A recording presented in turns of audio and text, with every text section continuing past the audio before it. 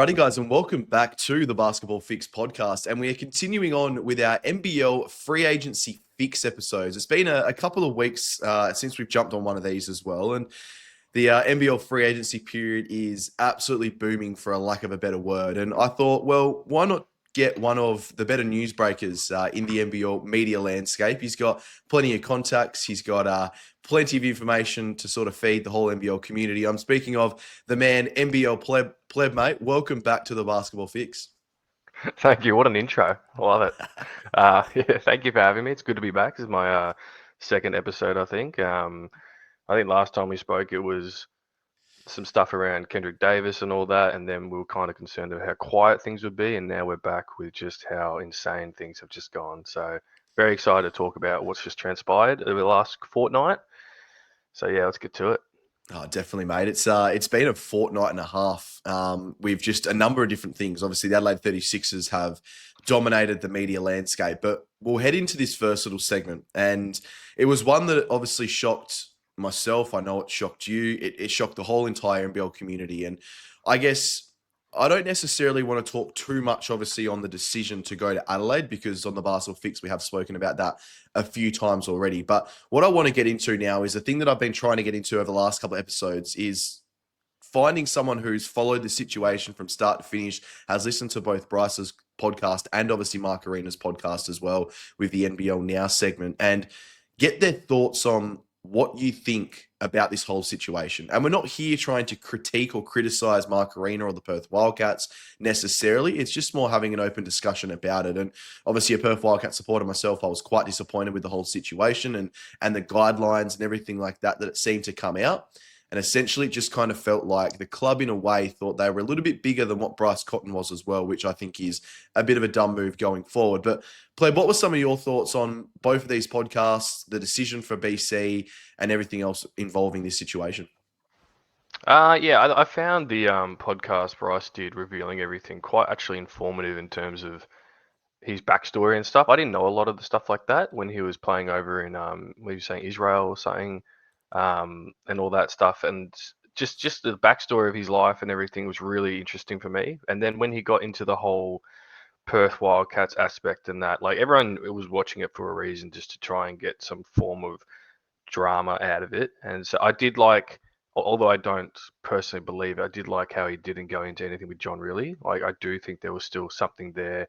Like I'm not saying that Bryce is a professional, really is a professional, but I just don't think they just clicked as well. And he could have been a little bit of a factor of why Bryce didn't want to leave. But he did the right thing and just didn't go into all that stuff, because it would have just caused so much drama.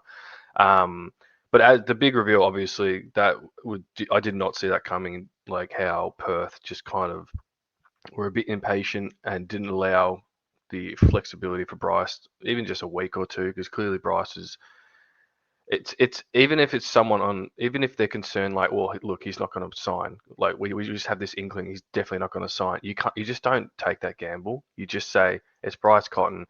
We haven't really done it. Like there have people who have been debating with little bits, just saying, oh, well, like they signed Doolittle and stuff. Like Doolittle was going to be signed like a week. There was articles and everything 2 weeks prior to all this happening. Doolittle's 3-year deal, so that's the lock.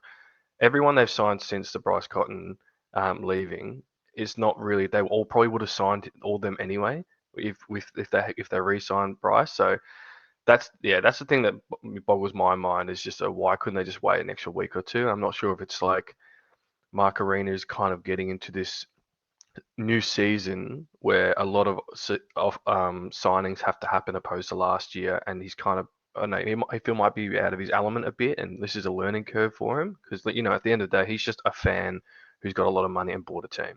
Like if I bought a team and you bought a team, I guarantee there'd be things I'm not aware of or how things work, and then when it comes to decision making, I'd be like, oh god, I have no idea what to do.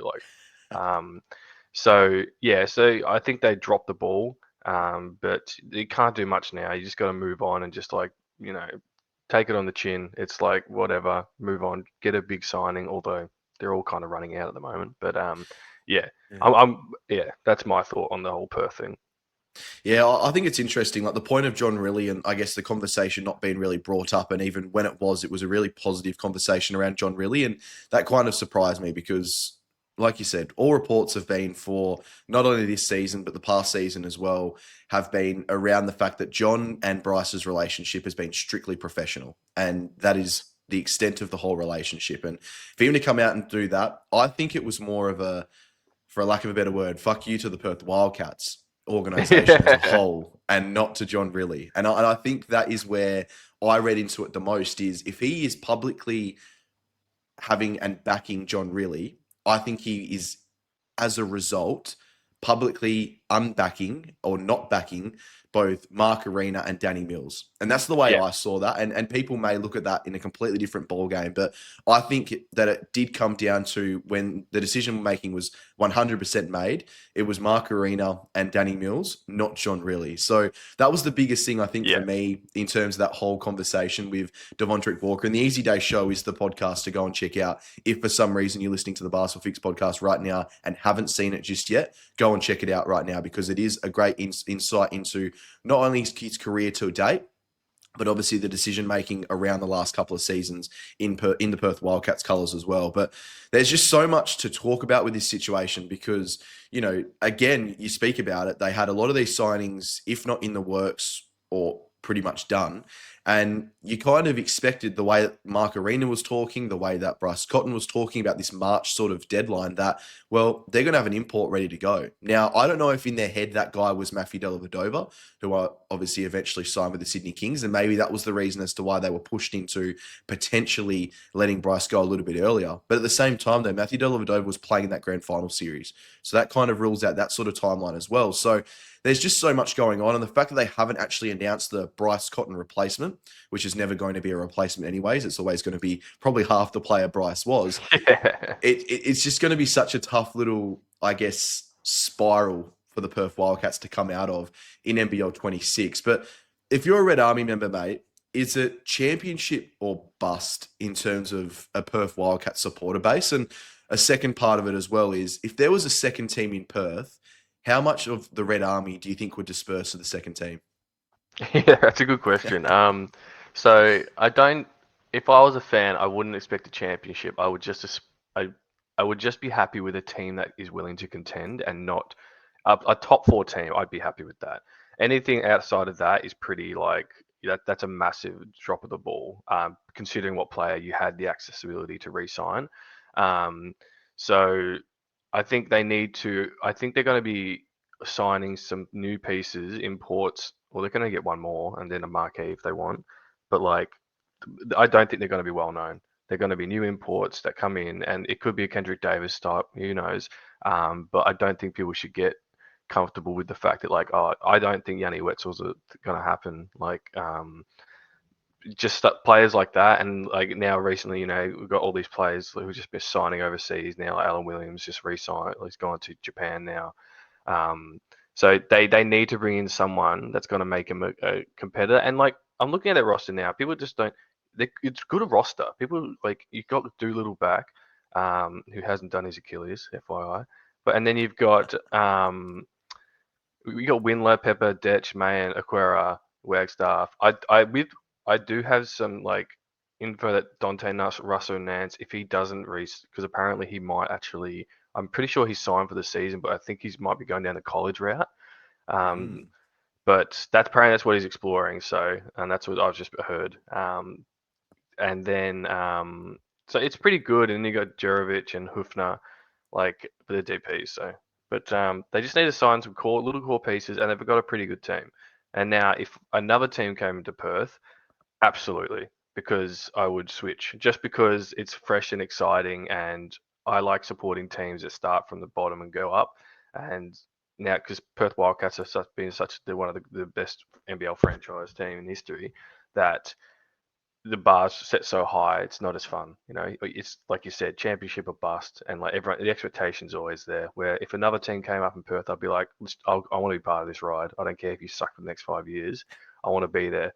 But yeah, Perth Wildcats are very passionate, and it's just an off season they will remember forever.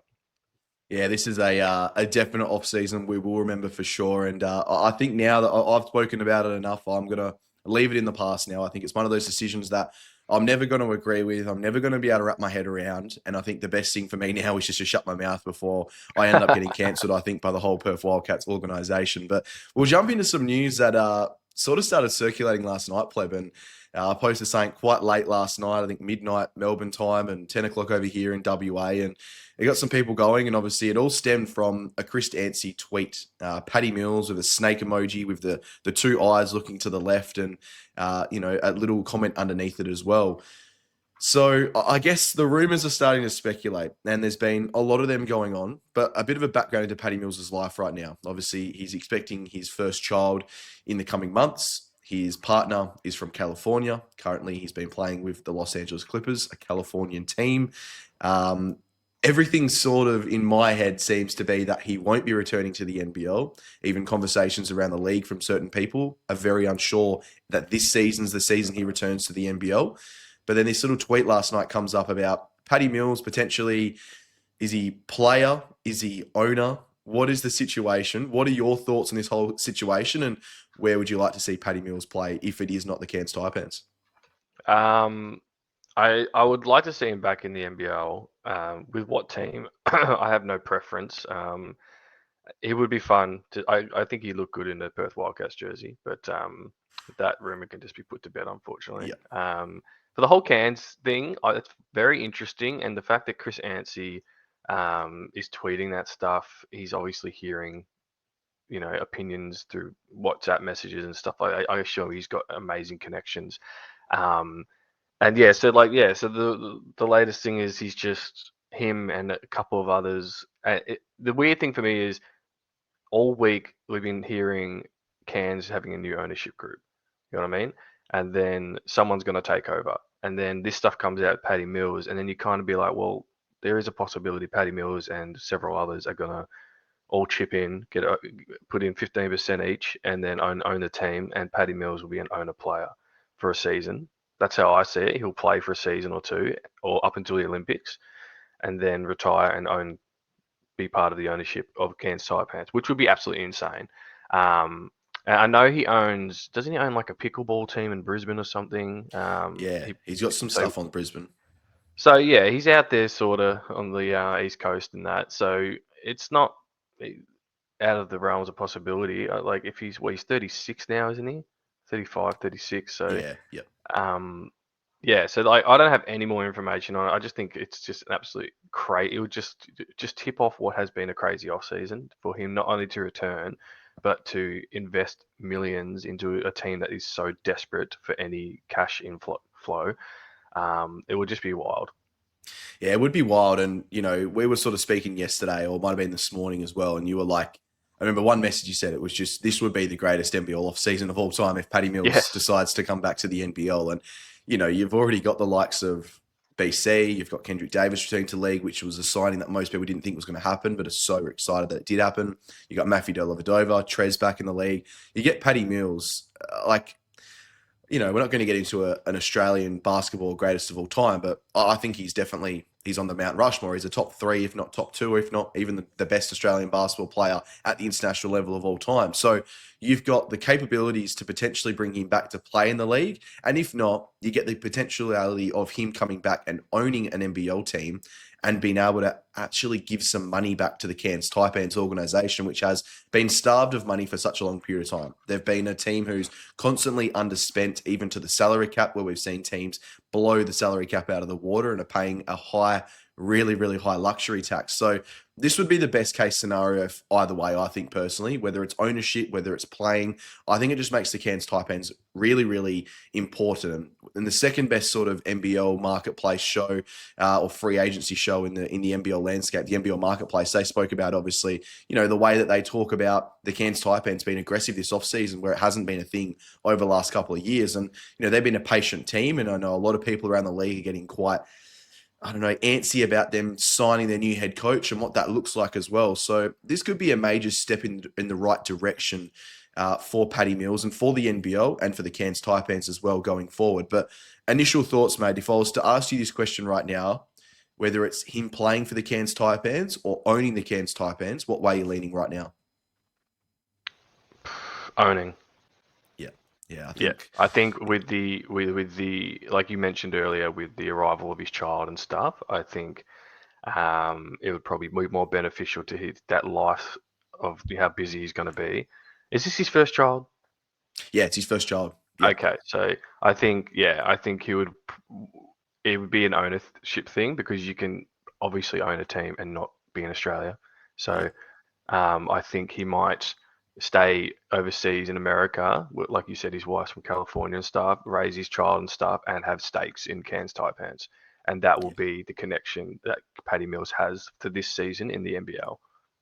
Yeah, I think you're bang on, mate. And potentially he earns $2 or $3 million sitting on the end of a bench in for the Los Angeles Clippers, the Lakers, the Warriors, potentially a Californian team, even the Sacramento Kings. You never just know. So, at the end of the day, he's got the capabilities to earn a couple of $1 million and also the capabilities to potentially buy a team for a couple of $1 million and still be able to live out his dream and also have the support of his partner's family as well in California, who are going to be a major part, obviously, with their Yep. first child as well. So I think we can put the put it to bed nearly. Like I'd say playing wise, I'd give it a 5% chance. And that's Yeah, may me even too. still be quite, high as well in some senses. But I think an ownership perspective, I think we're now looking at a 75% with obviously things we're hearing with obviously the new ownership and obviously Chris Dancy's comments around it as well. But super exciting for NBL basketball once again. And even just having Paddy Mills involved in that sort of imagination right now is well and truly enough, mate. But another big name potentially on the move, Milton Doyle.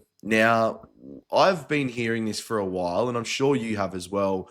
There was two teams in the race for Milton. It was the Tasmanian Jack Jumpers, obviously, with bringing him back for NBL 26.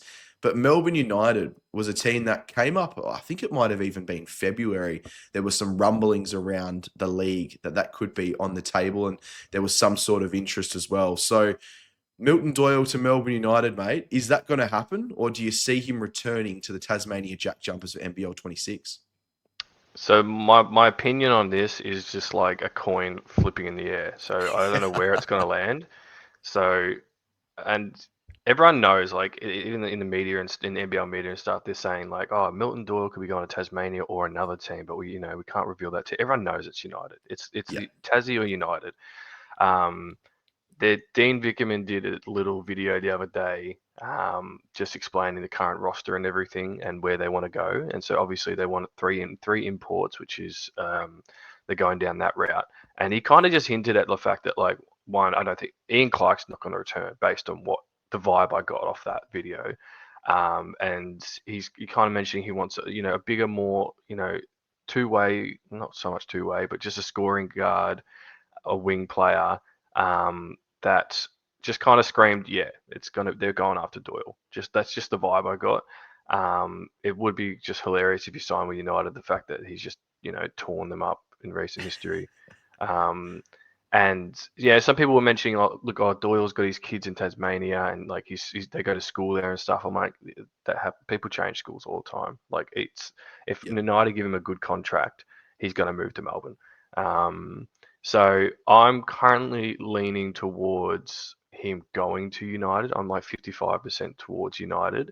So I'm pretty privileged in terms of getting a really good connection with someone who gets like information out of Tasmania on news that's going to break like 12 hours prior.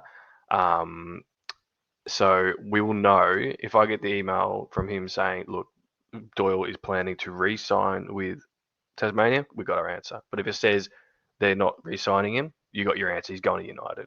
So yeah, we'll know pretty soon. But again, he's still playing in Indios Mayaguez in Puerto Rico. So they it's just like how things work. They really don't announce this stuff until players like stop playing for that team, just out of contractual obligations and stuff like that. So if I hear is that as soon as I hear that Doyle's left the team, we'll be oh, well, okay. There's an answer coming. We'll know soon because he's coming back. Because it's May. It's nearly June. Players need to start coming back and start training and prepping and stuff like that. So yeah, that's my opinion. I think 55% we'll see him in a Melbourne United jersey.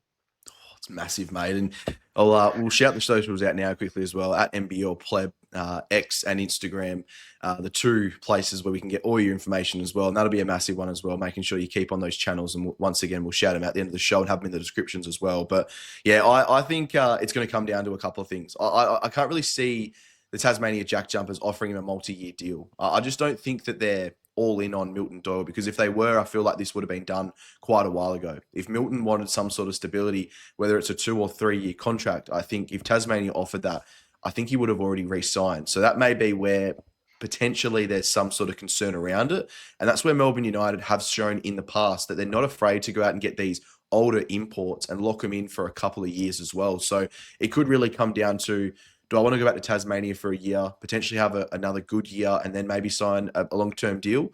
Or do I take the long-term deal and money at this stage of my career for Melbourne United as well, a team who is always contending and has contended for the last couple of years as well? So it's such an interesting one, because I think he fits right into Dean Vickerman's system. Like, he is a culture setter. He's a smooth operator. You know, they've obviously got so many question marks around their lineup. Realistically, right now, you look at their team and you go, well, it's Shea Ely, who once again has a lot of question marks around him, unfortunately. Wish the best for Shea with all those concussion problems and symptoms he has been dealing with over the last couple of years. You put Milton Doyle next to him, you've got Chris Goulding, you've got Finn Delaney, who they've just re-signed. They're probably looking at maybe a backup guard import to maybe come off the bench for them as well, and then some sort of a high-quality centre, which is what Dean Vickerman really honed in on in that segment that you spoke about there earlier when they were talking about their off-season. So, yeah, 55% Melbourne United. I'm probably in a similar ballpark to you with this whole situation going around, but it's such a big move, because once again, it's great having an import like Milton Doyle change teams, and we're seeing it more often than not nowadays with NBL imports, where they're not afraid to just move teams and move to a good situation while staying in the NBL. Because do you think it seems like the NBL has become quite a really good market over the last couple of seasons? The money seems to be coming in for these high quality imports a lot more often than not. I think the Bryce Cotton signing has just shown that, like, if an owner wants to, but a lot of people forget that yes, there is a salary cap, but teams can spend as much as they want if they're Yeah. willing to go into the luxury tax. Okay, if owners want to bear the brunt of that bill, go for it. You can sign and pay players whatever the hell you want. So I think if it's depending on the ownership and how much they're willing to pay, like you can retain some really good players. With Tasmania, it doesn't seem like they want to spend a whole lot, because they're really going for a lot of locals and going for the 2 imports. I'm assuming if it's not Doyle, I'm assuming the last one's got to be an import. And so just another thing with the Doyle thing, it's just Tasmania need another big. I'm really concerned that Magnay is not going to go another season without playing 20 games, because I think he played 18 and then like freaking 14 the year prior. Like, Yeah. he's like, when he's on the court, best defensive player in the league, hands down. But the thing is, keeping him on the court is an issue, and his body can't keep up. So I feel like they're going to get a big, like a power forward center type, even, and because they got a lot of guards, because you got McDonald, Marshall, you can be like a shooting guard forward, Yeah. Ben Air, Brody Nunn, Nick Stoddart, Dermich as well. Just like, I think they've got enough pieces there to go around that 1-2 spot, and then obviously you got the new signing David Johnson, who'll probably fit in that 2-3 spot. So I just don't think they need Doyle. I think the priority will be a power forward, big import, which is like, if you get one of them who are elite, they're a rare commodity in this league. So, yeah, so that's the Doyle thing. But yeah, the retaining imports, I'm glad that, like you said, I'm very happy that we're not. I prefer for imports to go switch teams side to side, but as long as they're staying in the Yeah. league, because it really annoys me that new imports come in, do really well, and then they just bugger off because the money's not there. Like Kendrick Davis, awesome last season. I'm so glad he's back in the league. Sucks for Adelaide fans. Had one of his best import debuts ever, but at least he's still in the league. He's going to be fun to watch. Montrezl Harrell, another one. Awesome to watch and stuff. I did not think he'd come back. He's come back. So we should be thankful that these imports are being enticed enough by, and I think a lot of it is because Australia. I've spoken to players, and I will, like Matt Mooney, for example. I speak to him all the time, and he's just like, he's in Puerto Rico and he's just like, yeah, the Puerto Rican money is better than what I was getting at Breakers, but he's just like, compared to the lifestyle, he's like, I hate it here. Like, Yeah. because he's just like, I loved New Zealand and Australia. The lifestyle for me was like, I would take a pay cut to live here. So that's the type of attitude players have, which is just Australia and New Zealand are just such great countries for them to live in, and a lot of them are moving here for good. So that's a big selling point.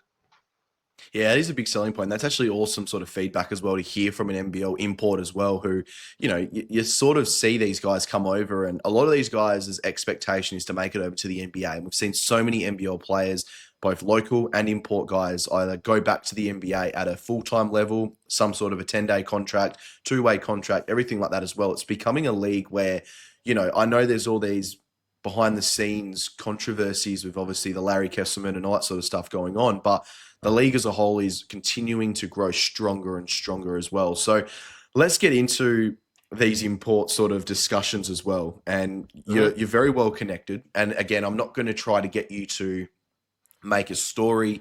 I don't want you to put any relationships on bear here. So if you're not comfortable having a little bit of a rapid fire or a bit of a punt on some of these import names, then don't. But what we're going to do right now quickly is we're going to have a rapid fire import section. I'm going to give you a name and I'm going to ask you, do they return to the NBL? If they do, what team they return to? Or if they don't, you just say they're not going to return. So we'll kick it off with a guy with a little bit of controversy around yourself midway through the season last year, and it's Parker Jackson Cartwright. Does he return to the NBL or does he not? He does. Breakers? He will be a breaker. Yep. Nice. So All right. the Ritas are currently playing Lithuania at the moment. He's in the playoffs.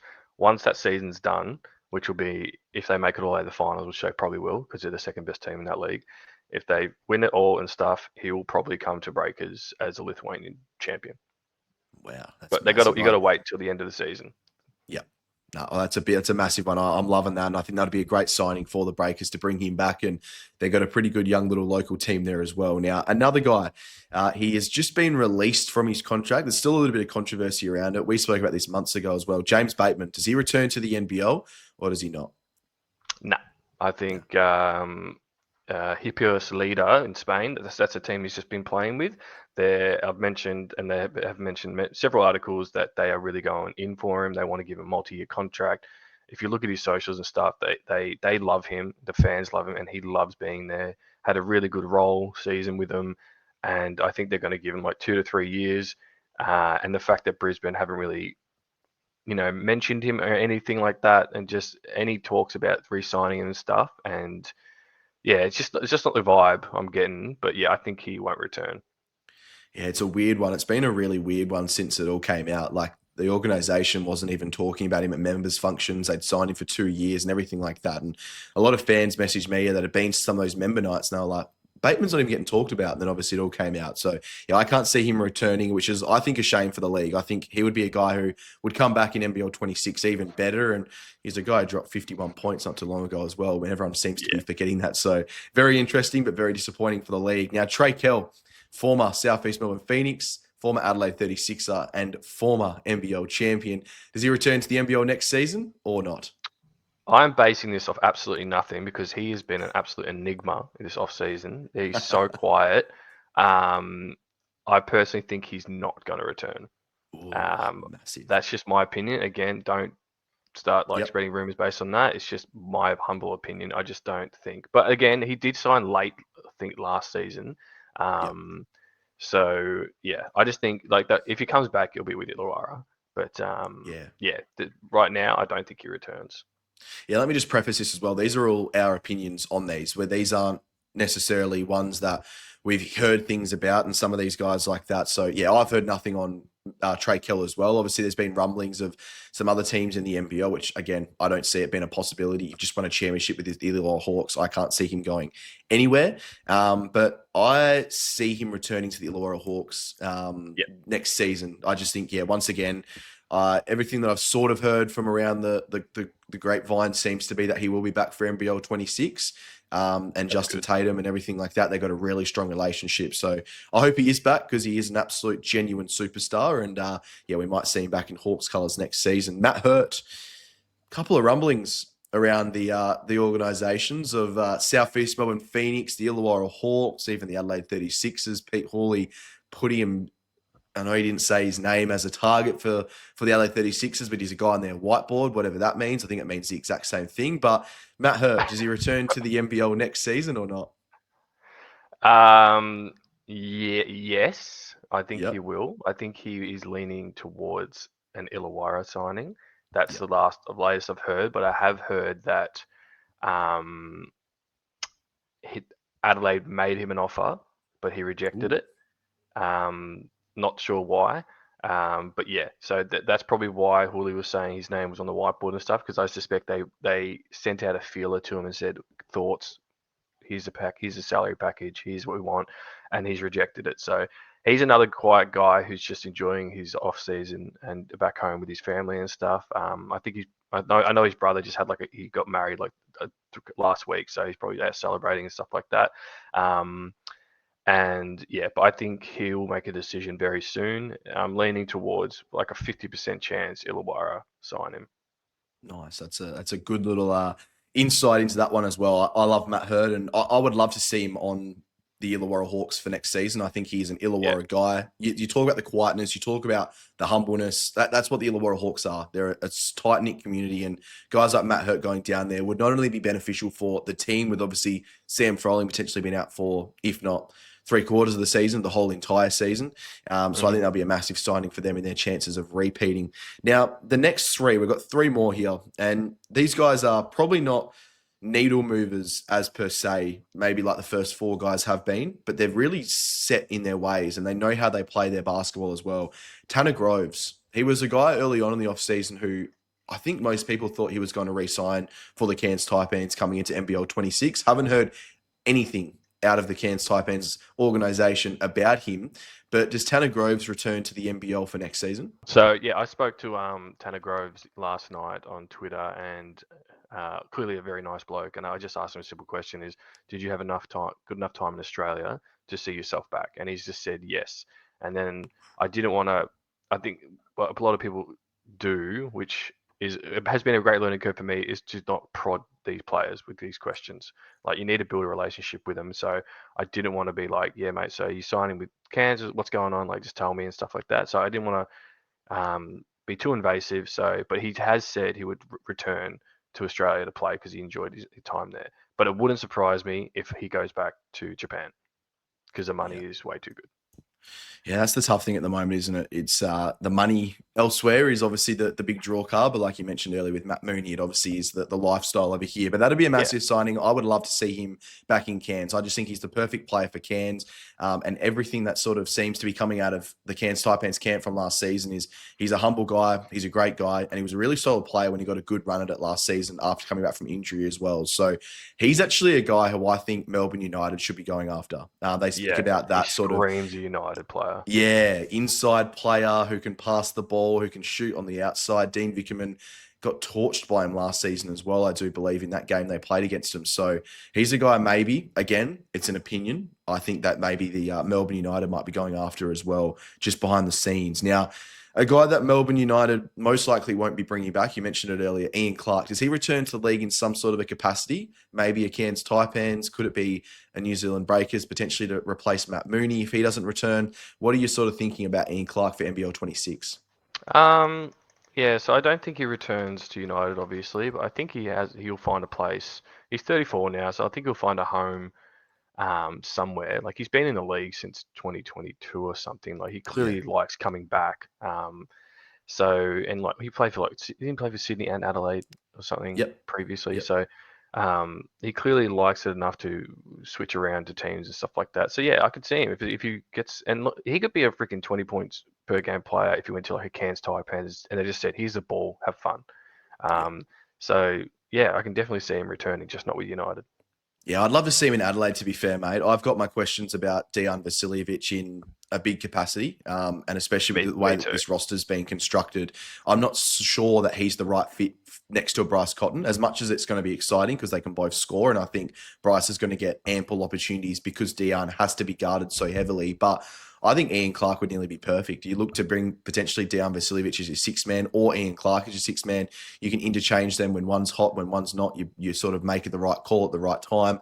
Yeah. I think that they'd be stupid to not potentially run again the Montrezl Harrell, Isaac Humphries inside combination. I know they want a floor spacer as the four man, but I think it works to a certain degree as well. There's so many questions, but I'd love to see him back in Adelaide. But the last one, mate, he's a guy that I have been a massive fan of. And if the Perth Wildcats were able to secure a Mafi Dellavedova, I think this would have been the guy that they should have gone after from an import perspective. It's not going to cost you an absolute fortune, but Marcus Lee, does he return to the NBL? I think the Sydney Kings seem to be the team that, if he does return to the NBL, could be the front runner, but I'm still not set that he's going to return after some conversations with him as well.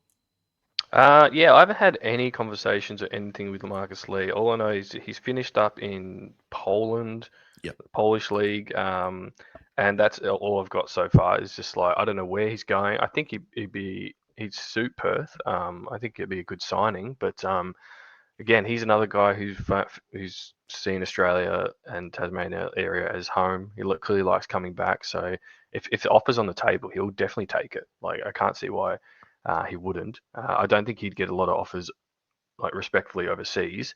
Yep. So yeah, I can definitely see him returning to the NBL. Just not sure who. And with the amount of, like, now the JLA is gone, you need a shot blocking big. So Marcus Lee's there for the taking. Yeah, I think he well and truly is there for the taking as well, mate. And that'll wrap up today's episode. I'm just going to quickly get this little screen up here. Might cut my audio out for. There we go. It just did there. Obviously, we had a couple of little interruptions there with some little mechanical things going on behind the scenes, which is always the joy with these online podcasts. But Pleb, mate, let us know where we can find you on both X, where you've been absolutely blowing up with a lot of memes and everything going on over there in recent weeks. It's been a funny little thing to watch, but also Instagram as well, mate. Shout all your socials out.